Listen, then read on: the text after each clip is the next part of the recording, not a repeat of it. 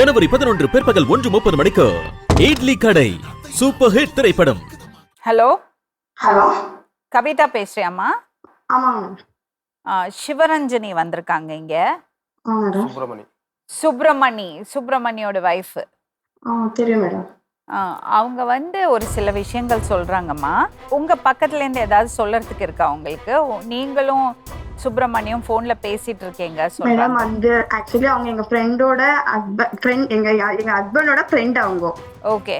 எங்ககிட்ட கொஞ்சம் அமௌண்ட் வாங்கியிருந்தாங்க, எங்க வீட்டுக்கு தெரியாம கொஞ்சம் நான் கொடுத்துருந்தேன். சரி. ஸோ அதனால கலெக்ட் பண்ணது கொஞ்சம் சடனா ஒரு மிட் நைட்ல எனக்கு கொஞ்சம் கஷ்டம் ஆயிடுச்சுனால நான் கால் பண்ணி கேட்டேன். கேட்கும் போது அவங்க ஒய்ஃப் பிக் பண்ணாங்க. கால் பிக் பண்ணோன்னே யாரு ஏதுன்னு அவங்க கேட்கல. சடனா கெட்ட பேச்சுல பேச ஸ்டார்ட் பண்ணாங்க. எனக்கு அந்த டைம்ல உட்காந்து நானும் பேசிட்டேன். அப்புறமா எனக்கு ரிட்டர்ன் அவங்க கொஞ்சம் போடுறது நான் கொஞ்சம் போடுறது இப்படியே பண்ணிட்டு இருந்தாங்க. அப்புறமா அவங்க சடனா எனக்கு கால் பண்ணும் போது எங்க வீட்டுக்காருக்கு டவுட் இன்னும் இந்த மாதிரி பண்றாங்க அப்படின்ட்டு எங்க வீட்டுக்காரு அவரை கூப்பிட வச்சு சண்டை போட்டு எனக்கும் சண்டை ஆகி அதனால எங்க வீட்டுக்கார் ரொம்ப எக்ஸ்பயர்ட் ஆகி 2 months ஆச்சு எங்க வீட்டுக்கார்.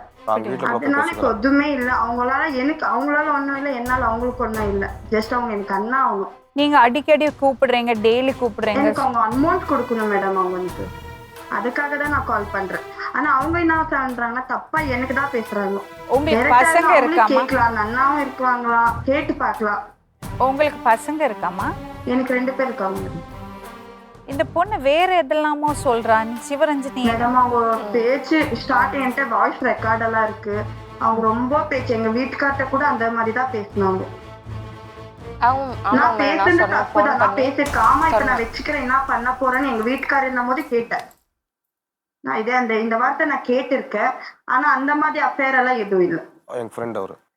உங்க ஃப்ரெண்ட்? அது சின்ன பையனா இருக்காரு. எப்படியா இருந்து மேடம்? ரெண்டு ஒரே ஏஜ் தான் மேடம்.